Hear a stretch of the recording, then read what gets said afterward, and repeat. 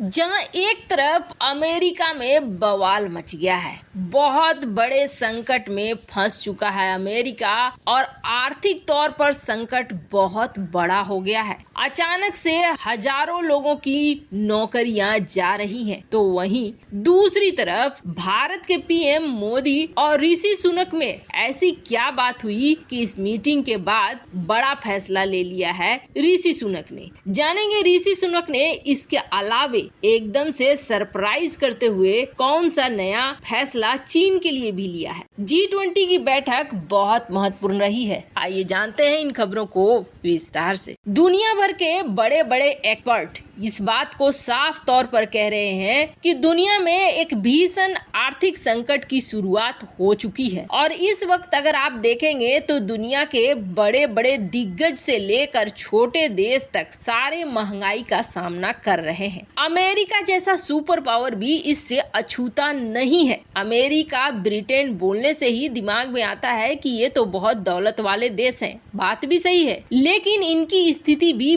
बहुत खराब है। अमेरिका में इस वक्त महंगाई अपने 40 साल का रिकॉर्ड तोड़ रही है, तो यूके के हालात हम लोग देख रहे हैं कि यूके जैसा विकसित देश अब विकासशील की श्रेणी में आने वाला है। कहा तो ये भी जाने लगा था कि यूके का हाल श्रीलंका वाला हो सकता है। पर बात करें अमेरिका की, तो अमेरिका की स्थिति भी कोई खास नहीं है। अमेरिका में अब बड़ी बड़ी दिग्गज कंपनियां लगातार अपने एम्प्लॉइज को, अपने स्टाफ को निकाले जा रही है, जैसे कि बेजोस और अमेजन। इसे कौन नहीं जानता है। अमेरिका की ये बड़ी कंपनी अब ये कह रही है कि हम 10,000 लोगों को निकालेंगे। अमेरिका में ये खुद ये न्यूज पब्लिश हुई न्यूयॉर्क टाइम्स में, और जिसने खलबली मचा दी कि 10,000 अमेजन के एम्प्लॉई बाहर होंगे। और सिर्फ इतना ही नहीं, फेसबुक जिसे आजकल मेटा के नाम से जाना जाता है, वो भी अमेरिका की बड़ी कंपनियों में से एक है। उसने भी ये तय कर लिया है कि हम 11,000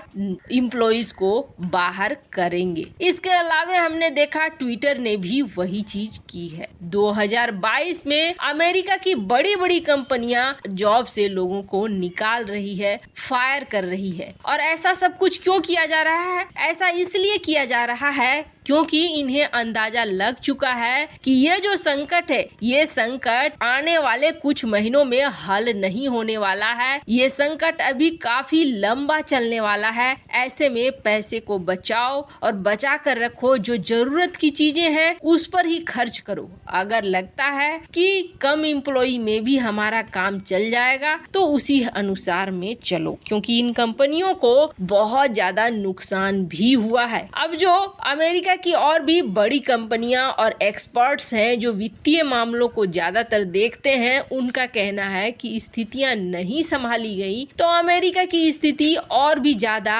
खराब होती जाएगी। और इन सब के पीछे है क्या? इन सब के पीछे है रूस यूक्रेन की लड़ाई। जब तक ये लड़ाई नहीं थमती है तब तक महंगाई का दौर बढ़ता चला जाएगा। खैर, अब अमेरिका सहित यूरोपीय देश भी इस बात के लिए जरूर मजबूर होंगे कि जल्द से जल्द शांति कराई जाए, वरना स्थितियां कहीं और ज्यादा बिगड़ न जाए। खैर, जहां एक तरफ ये सब कुछ हो रहा है ना, वहीं दूसरी तरफ G20 की मीटिंग में बहुत चीजें खास रही। और इसी G20 की मीटिंग में जहां भारतीय प्रधानमंत्री पीएम मोदी पहली बार यूके के प्रधानमंत्री ऋषि सुनक से मिले, दोनों देशों के नेताओं के बीच बातचीत भी हुई। आपको बता दें, इससे पहले बोरिस जॉनसन के साथ भी पीएम मोदी की केमिस्ट्री काफी अच्छी देखी गई थी। कई जगहों पर दोनों को काफी अच्छे दोस्त की तरह देखा गया था और जॉनसन के नेतृत्व में ही भारत और यूके के बीच फ्री ट्रेड एग्रीमेंट साइन होने की बात भी कही गई थी। पर उसके बाद लिज ट्रस आई और लिज ट्रस के शासनकाल में ऐसा लगा जैसे कि दोनों देशों के रिश्ते बिगड़ेंगे ही। हालांकि मात्र 45 दिनों के लिए वो बनी प्रधानमंत्री और यूके का बंटा धार कर दिया। पर अब ऋषि सुनक के प्रधानमंत्री बनने के बाद एक चीज और हुई, और वो चीज हुई कि वापस से ब्रेवरमैन इनके कैबिनेट में गृह मंत्री बन गई, चूंकि ये फ्री ट्रेड एग्रीमेंट के खिलाफ थी। और दूसरी बड़ी बात है कि ये लोगों के खिलाफ भी है जो माइग्रेंट्स आकर रहते हैं यूके में, और उनके बयान की वजह से लिज ट्रस की सरकार जरूर चली गई थी। पर एक बार फिर से उसे शामिल करने का मतलब ये माना जा रहा था कि भारत और यूके के बीच रिश्ते जल्दी सही नहीं होने वाले हैं, क्योंकि ये माइग्रेंट्स को पसंद नहीं करती है, फ्री ट्रेड एग्रीमेंट को पसंद नहीं करती है। तो ऐसे में भारत और यूके के बीच ये साइन नहीं होगा। हालांकि कई लोग ये इल्जाम लगाते हैं कि ये सारा एक खेल था ब्रेवरमैन से इस तरीके के बयान दिलवाना, ताकि सरकार जल्दी से हटे और ऋषि सुनक सत्ता पे आए। खैर, इसकी पुष्टि तो कोई नहीं करता है, पर हाँ, ये बात जरूर राजनीतिक गलियारे में आई थी कि इन्होंने एक डील के तहत वो बयान दिया था। पर अब दिख रहा है कि जब पीएम मोदी ऋषि सुनक से मिले G20 में, इन्होंने काफी लंबी बातचीत की और इस लंबी बातचीत का असर भी देखने को मिला, और ये दिखला रहा है कि ब्रेवरमैन जो कह रही थी वैसा कुछ होने जाने वाला नहीं है। अब जी समिट की इस बैठक के बाद सुनक ने ये फैसला लिया कि 3000 भारतीय युवा प्रोफेशनल्स के वीजा को 1 साल के लिए हरी झंडी दे दी है। मतलब कि इस फैसले के बाद 3000 भारतीय युवा प्रोफेशनल 1 साल के लिए यूके में काम के लिए रुक सकते हैं। और बड़ी बात यह है कि ब्रिटेन की इस तरह की नीति का फायदा उठाने वाला भारत पहला देश है। भारत और ब्रिटेन के बीच माइग्रेशन को लेकर जो बातें थी वो खत्म होती हुई दिख रही है, और ऐसा दिख रहा है कि जो फाइनल किए गए थे बोरिस जॉनसन के समय, उनको अब यूके अमल में ला रहा है। वैसे आपको बता दें, यूके के प्रधानमंत्री ऋषि सुनक ने ट्वीट करके लिखा